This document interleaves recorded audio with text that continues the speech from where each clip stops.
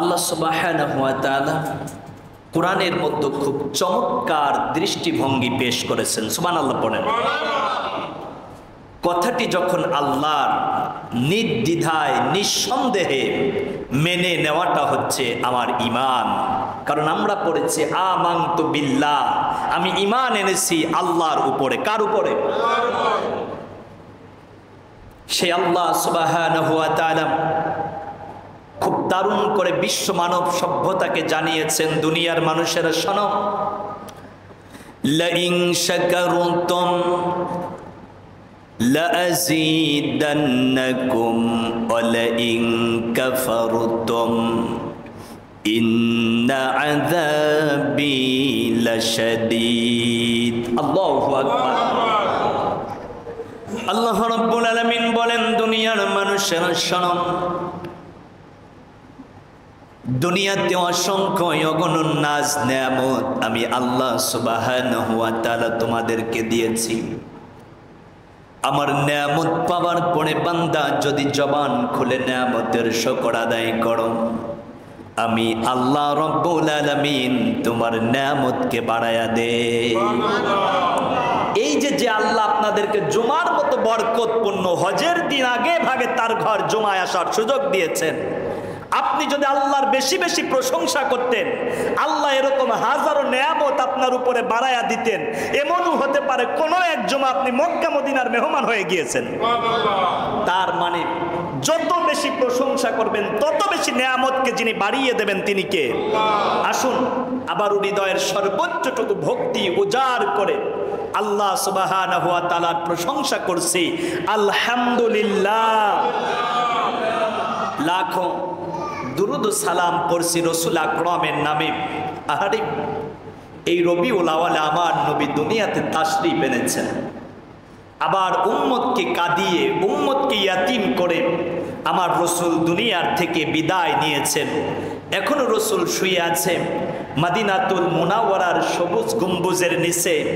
যিনি মদিনাতুল মুনাওয়ারায় শুয়ে মায়ের কথা বলেন না, বাবার কথা বলেন না, হাসান হুসাইনের কথাও বলেন না, ফাতেমার কথাও বলেন না, তিনি বলেন ইয়া রব্বি হাবলি উম্মতি, আমার উম্মতি, আমার উম্মতি, আমার উম্মতি। সুবহানাল্লাহ। আপনি সেই নবীর উম্মত। কুনতুম খায়রা উম্মাতিন উখরিজাত লিন-নাস, সর্বশ্রেষ্ঠ উম্মত করে আল্লাহ আপনাকে দুনিয়াতে পাঠিয়েছেন দুই কাজ করার জন্য। প্রথমত তা'মুরুনা বিল মা'রুফ, সৎ কাজের আদেশ দেওয়া। বলেন না কি করা? আর দ্বিতীয়ত হচ্ছে অসৎ কাজ থেকে মানুষকে নিষেধ করা। আমরা আজ দীপ্ততায় একটি শপথ নিয়ে বাড়িতে ফিরি, আজকের থেকে সৎ কাজের আদেশ দেব, কিন্তু ওই সৎ কাজটা নিজে করব না। বিষয়টি কেমন? আমরা অন্যের বেলায় খুব দারুণ বিচারক, কিন্তু নিজের বেলায় আবার চমৎকার উকালতির এক জায়গায় দাঁড়িয়ে যাই। নিজের পিছনে কত দোষ, কত অন্যায়, কিন্তু অন্যের দোষ খোঁজার জন্য আমরা খুব পাগল পাড়া হয়ে যাই। খবরদার, অন্যের দোষ খুঁজবেন না, নিজের আত্মসমালোচনা করুন। কারণ আপনারই তো কত ভুল। নিজের ভুল নিয়ে চিন্তা করলে তো অন্যের ভুল দেখার কোনো সুযোগই পাবেন না। আমাদের কাছে মনে হয় যে আমরা একেবারে দুধে ধোয়া তুলসী পাতার, আমার বাকি যারা আছে তাদের ভুলের কোনো শেষ নাই। এই চিন্তা করা মানে অন্তরের মধ্যে এক প্রকার মুনাফিকি লালন করা। নাউযুবিল্লাহি মিন যালিক। অন্যকে নিয়ে বেশি ভাববেন না, নিজেকে নিয়ে ভাববেন। নিজেকে নিয়ে বেশি ভাবেন, কারণ অন্যের পেট ব্যথা সেই চিন্তা তো আপনার না। আপনার পেট ব্যথা আছে, ওই চিন্তাটা আপনি আগে করেন। তার মানে আমরা যদি নিজেকে নিজে খুব বেশি চিন্তা করতাম, তাহলে আমাদের মধ্যে যেই ভুলগুলো ছিল আত্মসমালোচনার মাধ্যমে সেই ভুলগুলো সংশোধন করার একটি চমৎকার সুযোগ পেয়ে যেতাম। আজকের জুমায় দুইটি সবক। এক নাম্বার হচ্ছে সৎ কাজের আদেশ করব, সৎ কাজের আদেশ করব। আর দ্বিতীয়ত হচ্ছে অসৎ কাজ থেকে মানুষকে নিষেধ করব। আল্লাহ সুবহানাহু ওয়া তাআলা আমাদের তৌফিক করে দেন, পড়ুন আমিন। আমি গত জুমায় কথা বলতেছিলাম, রাসূল সাল্লাল্লাহু আলাইহি ওয়াসাল্লাম বাবার কবর জিয়ারত করে ফেরার পথে আবওয়া নামক জায়গাতে জনম দুঃখী মাকেও হারালেন। চলে আসলেন তিনি বাড়িতে। এদিকে আব্দুল মুত্তালিব দরজার সামনে দাঁড়িয়ে আছে, আমার দাদু ভাই মোহাম্মদ কখন আসবে, আমেনা কখন আসবে। অপেক্ষমান দাদা, দেখবেন আপনি আপনার ছেলেকে নিয়ে কিংবা আপনার মেয়েকে নিয়ে, আপনার ওয়াইফকে নিয়ে আপনি কক্সেস বাজার বেড়ানোর জন্য গিয়েছেন, 3 দিন থাকার একটা নিয়ত করেছেন। একদিন না হইতে হইতে আপনার বাবা বারে বারে আপনারে ফোন দেয়, কি গো তুমি কবে আসবা? আমার দাদু ভাইরে না দেখলে তো আমার কলিজার মধ্যে ভালোই লাগে না। থাকবেন 3 দিন, 2 দিন পরেই দাদায় ফোন করে বলে, দাদি ফোন করে বলে, দাদুরে না দেখলে আমার ভালো লাগে না, আমার দাদু ভাইকে নিয়ে আগামীকালকে বাড়িতে চলে আসবা। দাদুরা কত আন্তরিকতা প্রবণ হয় আপনি কল্পনাও করতে পারবেন না। নবীর দাদা আব্দুল মুত্তালিব দরজার সামনে দাঁড়িয়ে আছেন। আল্লাহর রাসূল সাল্লাল্লাহু আলাইহি ওয়াসাল্লাম উম্মে আইমানের সাথে করে দাদার পাশে যখন দাঁড়ালেন, আব্দুল মুত্তালিব উম্মে আইমানকে ডেকে বলল, আইমান, আমার পুত্রবধূ আমেনা কই? উম্মে আইমান চোখের পানি ছেড়ে দিয়েছেন। ও আমার মালিক, খানায় কাবা বাইতুল্লাহর মুতাওয়াল্লি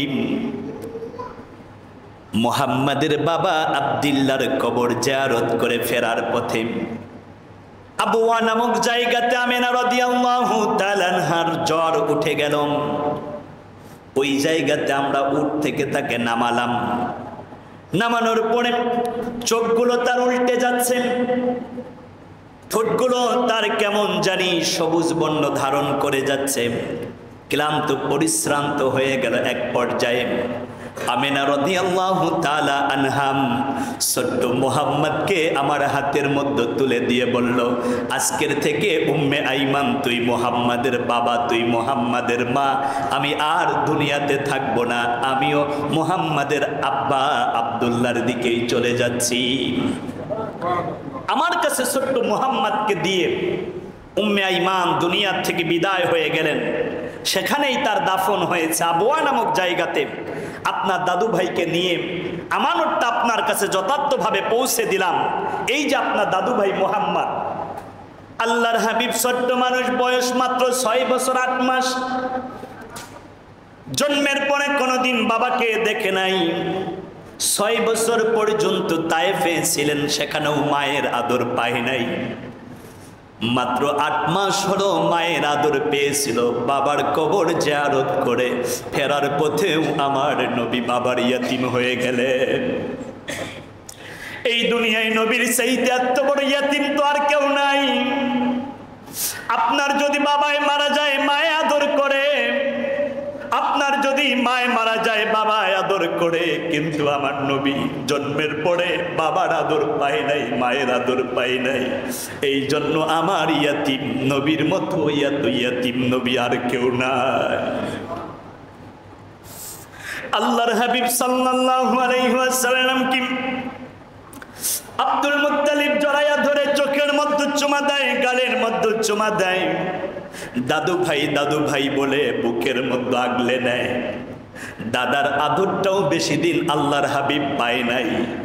মাত্র 2 বছর পরে রাসূলুল্লাহর বয়স যখন 8 বছর, তখন আল্লাহর রাসূল দাদার ইয়াতিম হয়ে গেলেন, দাদাও মারা গেলেন। দাদাই যখন মারা যাবে তার আগে সন্তানদেরকে ডাকলেন, কইরে আমার আমির হামজা, কইরে আমার আব্বাস, কইরে আমার আবু তালিব, কইরে আমার আবু লাহাব, আয় আয় আয়। আমার ছোট্ট ইয়াতিম দাদু ভাই মুহাম্মদকে আমি তোমাদের মাঝে রেখে যেতে চাই। কে আসো আমার মুহাম্মদকে ভরণ পোষণের দায়িত্ব নেবাম? ওই দিন কেউ মুহাম্মদের ভরণ পোষণের দায়িত্ব নিতে রাজি না। একজন দাঁড়িয়ে গেলেন আবু তালিব। আল্লাহর রসুলের যতগুলো চাচা ছিল এর মধ্যে আবু তালিব ছিলেন সবচাইতে গরিব মানুষ, আর মনের দিক থেকে অন্য চাচাদের চেয়ে আবু তালিব ছিল অনেক ভালো। সুবহানাল্লাহ। আল্লাহর হাবিবের দায়িত্ব নিলেন আবু তালিব। আবু তালিব ছোট্ট মুহাম্মদকে আদর করে স্নেহ দেয়, ভালোবাসা দেয়, বুকের মধ্যে জড়ায়া ধরে।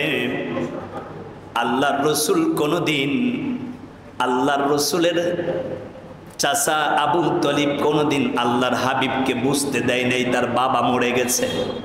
কারণ আল্লাহর রসুল বলে গিয়েছেন আম্মুর রাজুলি সিন ও আবি, এই দুনিয়ায় চাচা হলো বাবার মতো। চাচা কার মতো?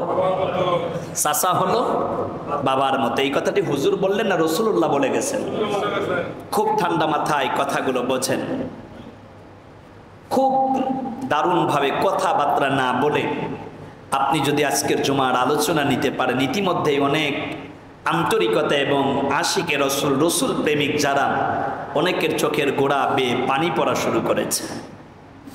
কারণ রসুলের প্রেমে যদি আপনার চোখের গোড়া বেয়ে পানি পড়ে, আমার তো মনে হয় রসুলের মহব্বত করা ওই চোখ আল্লাহ জাহান নামে দিত না। চোখ যদি জাহান নামে না যায়, আপনার বডি জাহান নামে যাওয়ার কোনো সুযোগ আছে? তো রসুলের মহব্বতে, রসুলের ইয়াতীমকালের বাল্যকালের ঘটনা শুনে আপনি চোখের পানি ফেলে আজকের জমা থেকে বাড়ি যান, আমার মনে হয় আপনি নিষ্পাপ হয়ে ঘরের মধ্যে ফিরে যাচ্ছেন। সুবহানাল্লাহ। যেখানে আমি কথা বলতেছিলাম, আল্লাহর হাবিব সাল্লাল্লাহু আলাইহি ওয়াসাল্লাম বয়স 8 বছর, 8 বছর থেকে 12 বছর পর্যন্ত একাধারে চাচা আবু তালিবের ঘরে তিনি লালিত পালিত হচ্ছেন। আবু তালিবের স্ত্রী আল্লাহর রসুল মুহাম্মদকে ছেলের মতো আদর সোহাগ করে, মায়ের অভাবটুকু ভুলে থাকার জন্য মুহাম্মদকে অনেক ভালোবাসা দেয়। কিন্তু চাচিরা যত মায়ের আদর দিতে চায়, এই পৃথিবীতে মায়ের মতো আদর কেউ কিন্তু দিতে পারে না। এরপরও আবু তালিবের স্ত্রী ছিল অত্যন্ত মরমী এবং দরদী। আল্লাহর রসুলকে নিজের হাতে গোসল করাতেন, নিজের হাতে খাবার খাওয়াতেন, রসুলুল্লাহর মাথার মধ্যে একটু তেল দিয়ে সিটি করে দিতেন। রসুল বিকাল বেলা যখন খেলার জন্য যেতেন, সন্ধ্যার আগ মুহূর্তে আবু তালিবের স্ত্রী গিয়ে রসুলকে নিয়ে আসতেন। রাতের বেলায় আবু তালিব ছোট্ট মুহাম্মদকে বুকের মধ্যে আগলে নিয়ে ঘুমিয়ে থাকতেন। চাচারা কি জিনিস, খুব দারুণ করে কথাগুলো শোনেন, কারণ আপনার চাচার সাথে আপনার রক্তের সম্পর্ক। কথা কি বুঝতেছেন? চাচার সাথে কিসের সম্পর্ক? কিন্তু আপনার মামার সাথে আপনার রক্তের সম্পর্ক না।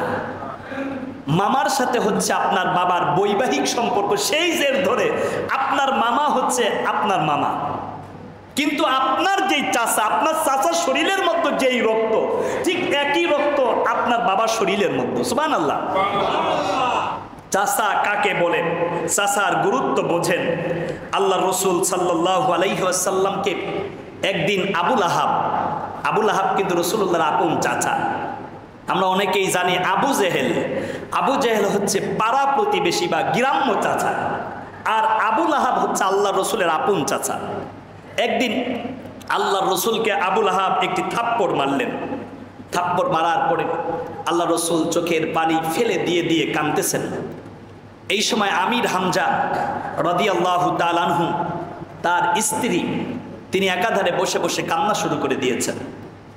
আমির হামজা যখন ঘরের মধ্যে ঢুকলেন, স্বামীর সামনে দাঁড়িয়ে গেলেন। তুমি কেমন মানুষ? তোমার ভাই ছোট্ট মুহাম্মদ ইয়াতীম মানুষ, তারা একটা থাপ্পড় দিয়েছে, এই বিচার যদি তুমি না করো তোমার ঘরই আমি করতাম না। আমির হামজা দাঁড়িয়ে গেলেন, কোথায় আবুল আহাব তুমি? সামনে গিয়ে বলল যে তুমি এত দুঃসাহস কোন জায়গা থেকে পাও? আমার ছোট্ট ভাতিজা মুহাম্মদ, ওর বাবা নাই, ওর মা নাই, দাদাকেও হারিয়েছে, আমরা যদি ওকে লালন পালন না করি, দেখাশোনা না করি, এই ছোট্ট মুহাম্মদ কোন জায়গায় যাবে? তার শরীরের মধ্যে আঘাত করেছে কেন, সেই কথাটা বলো। লাস্ট ওয়ার্নিং তোমাকে দিলাম ভাই, আর কোনোদিন যদি একবারের জন্য ছোট্ট মুহাম্মাদের শরীরের মধ্যে আঘাত করো, তুমি যে আমার ভাই এইটা ভুলে যাব। মুহাম্মাদকে আঘাত করার কারণে তার প্রতিশোধ নেওয়ার জন্য আমি আমির হামজা দাঁড়িয়ে যাব। সুবহানাল্লাহ। রসুলকে কতটা মহাব্বত করতেন এবং ভালোবাসা দিতেন। আমার প্রিয় ভাইয়ের আবার খেয়াল করে দেখেন, চাচারা কতটা দরদি হয়, কতটা মরমী হয়। একদিন আবু জেহেল এসে আবু তালিবের কাছে বলল, আবু জেহেল এসে কার কাছে বলল? আবু তালিবের কাছে। আবু তালিবকে দেখে বলল যে আবু তালিব, মুহাম্মদ যেভাবে দিনের দাওয়াত দেওয়া শুরু করেছে, মুহাম্মাদের মা নাই, বাবা নাই, দাদাও নাই, সে তো ইয়াতীম মানুষ, কিন্তু মক্কার মধ্যে একমাত্র তার সেফটি হিসাবে তুমি আবি তালিব আছো। তুমি আবি তালিব যদি না থাকতে মুহাম্মদকে আমি দেখে নিতাম। শুধু আবু লাহাব এই কথাটা বলছে যে তুমি যদি সেফটির জন্য মুহাম্মাদের পাশে না থাকতে, তাহলে মুহাম্মদকে আমি দেখে নিতাম। আবু তালিব সঙ্গে সঙ্গে দাঁড়িয়ে গিয়েছেন, দাঁড়িয়ে গিয়ে বললেন যে মুহাম্মদ আমার কলিজার টুকরা, আদরের পুতুলি, তুমি যদি আবার কোনো সময় মুহাম্মাদের ব্যাপারে কোনো কথাবার্তা বলো, এইটা আমি 1 সেকেন্ডের জন্য বরদাস্ত করব না। খবরদার তোমার মুখ দিয়ে আর কোনোদিন যেন মুহাম্মাদের বিপক্ষে কোনো কথা বলতে আমি না শুনি। মারহাবা বলেন। এইবার আবার খেয়াল করে দেখেন আমার প্রিয় ভাইয়েরা, আল্লাহর রাসূল সাল্লাল্লাহু আলাইহি ওয়াসাল্লামের বয়স হলো 12 বছর। কত বছর? 12 বছর।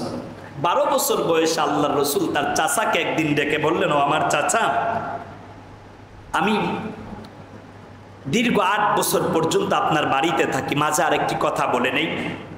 আল্লাহর রাসূলের একজন চাচা, যার নাম হচ্ছে আব্বাস রাদিয়াল্লাহু তাআলা আনহু। নাম কি? আব্বাস রাদিয়াল্লাহু তাআলা আনহু। আব্বাস রাদিয়াল্লাহু তাআলা আনহুর কাছে একদিন হযরতে উমারে ফারুক রাদিয়াল্লাহু তাআলা আনহু গিয়ে যাকাতের জন্য খুব জোর গলায় কথা বললেন। আব্বাস, যাকাত দেওয়াটা তো ফরজ, কথা বলতেছেন উমার। আল্লাহর রাসূলের চাচা আব্বাসের কাছে গিয়ে, যে আব্বাস, তুমি যাকাতের টাকা দিতে একটু দেরি করতেছো কেন? কথার ধরনটা ছিল একটু লম্বা আওয়াজে, আওয়াজটা ছিল একেবারে লম্বা। আওয়াজটা কি ছিল? যেমন ধমকেশ্বরে আমরা বলি না, এই তোর কাছে টাকা পাইবে না, টাকাটা কেন দিলে না? আল্লাহ রাসূল সাল্লাল্লাহু আলাইহি ওয়াসাল্লাম এই দৃশ্য দেখে চোখের পানি ছেড়ে দিলেন। কারণ চাচা বাবার মতো, চাচা কিসের মতো? আর আব্বাস রাদিয়াল্লাহু তাআলা আনহু হলো আল্লাহর রাসূলের আপন চাচা। এই দৃশ্য দেখে আল্লাহর রাসূল চোখের পানি ছেড়ে দিলেন। কারণ হলো, ভাতিজার সামনে যদি চাচাকে কেউ কোনোদিন অপমান করে, আল্লাহর রাসূলের আদর্শ যেই ভাতিজা কলিজার মধ্যে লালন করে, ওই ভাতিজা কোনোদিন চাচার অপমান সহ্য করতে পারে না। চাচাও চাচার মতো হইতে হবে। কিন্তু অনেক ক্ষেত্রে আমরা চাচারা এমন, ভাতিজার সাথে সুসম্পর্ক নাই, শুধু ভাতিজার দোষ দিলে হবে না, অনেক ক্ষেত্রে এই জায়গাতে চাচাদেরও বেশক দোষ থাকে, ঠিক না? কেন চাচার আপনাদেরও সাবধান হওয়া দরকার। চাচা ভাতিজার সম্পর্ক, অনেকেই বলে চাচা আপন প্রাণ বাঁচা, না, ভুল কথা, মিথ্যা কথা, বানোয়াট কথা। চাচা কোনোদিন আপন প্রাণ বাঁচায় না। কারণ আবু তালিব আল্লাহ রসুলকে ছেড়ে যায় নাই, আমির হামজা আল্লাহ রসুলকে ছেড়ে যায় নাই, আব্বাস রাদিয়াল্লাহু তাআলা আল্লাহ রসুলকে ছেড়ে যায় নাই। কারণ ভাতিজার বাবা মরে গেছে, চাচারা ওই ভাতিজাকে এত দারুণ করে আদর স্নেহ ভালোবাসা দেয়, তার মানে ভাতিজা যে বাবা হারিয়েছে, চাচার আজরে ভাতিজা বুঝতেই পারবেন আমার আব্বা মরে গেছে। কিন্তু আমাদের চাচাগুলো এমন, ভাই যদি মরে যায়, ভাতিজার সম্পদটা কিভাবে খাওয়া যায় সেই চিন্তায় চাচা পাগল পারা। এইরকম বদমাইশ চাচা হইলে ভাতিজার কাছ থেকে সম্মান বহু দূরের কথা, আপনি খারাপ আচরণ ছাড়া আর কিছু পাইতেন না, ঠিক না? কন এই জন্য চাচারা একটু সাবধান হন। কারণ চাচা ভাতিজাকে এমন দারুণ করে ভালোবাসা দেবেন, আপনি মরণের পরে আপনার খাটনিটা আপনার ভাতিজায় ধরবে। কে ধরবে? কথা বলেন না, কে ধরবে? ভাতিজা ধরবে। তাহলে আপনার মরার পরে স্বাভাবিকভাবে আপনার ভাতিজা যেহেতু আপনার খাটনিটা ধরবে, সেই ক্ষেত্রে ভাতিজার সাথে সম্পর্কের টানাপোড়েন করার কোনো সুযোগ আছে? যদি না থাকে, আজকের জমায় চাচারা তওবা করে ফেলেন, ভাতিজার সাথে খারাপ আচরণ করবেন না। আর যদি কোনো ভাতিজা চাচার সাথে খারাপ আচরণ করে থাকেন, আজকেই চাচার পা জড়াইয়া ধরে ক্ষমা চেয়ে নেবেন। কারণ বাবার জায়গাতে চাচার পা জড়াইয়া ধরলে কোনো অন্যায় নেই। এই কাজটা করেন। চাচারা যারা আছেন আরো ভালো হন, আর ভাতিজা যারা আছেন চাচাকে বাবার জায়গাতে জায়গা করে দেন। দেখবেন চাচা ভাতিজার সম্পর্কের মধ্যে আল্লাহর রহমত দিয়ে আল্লাহ ধন্য করে দেবেন। সুবহানাল্লাহ পড়েন।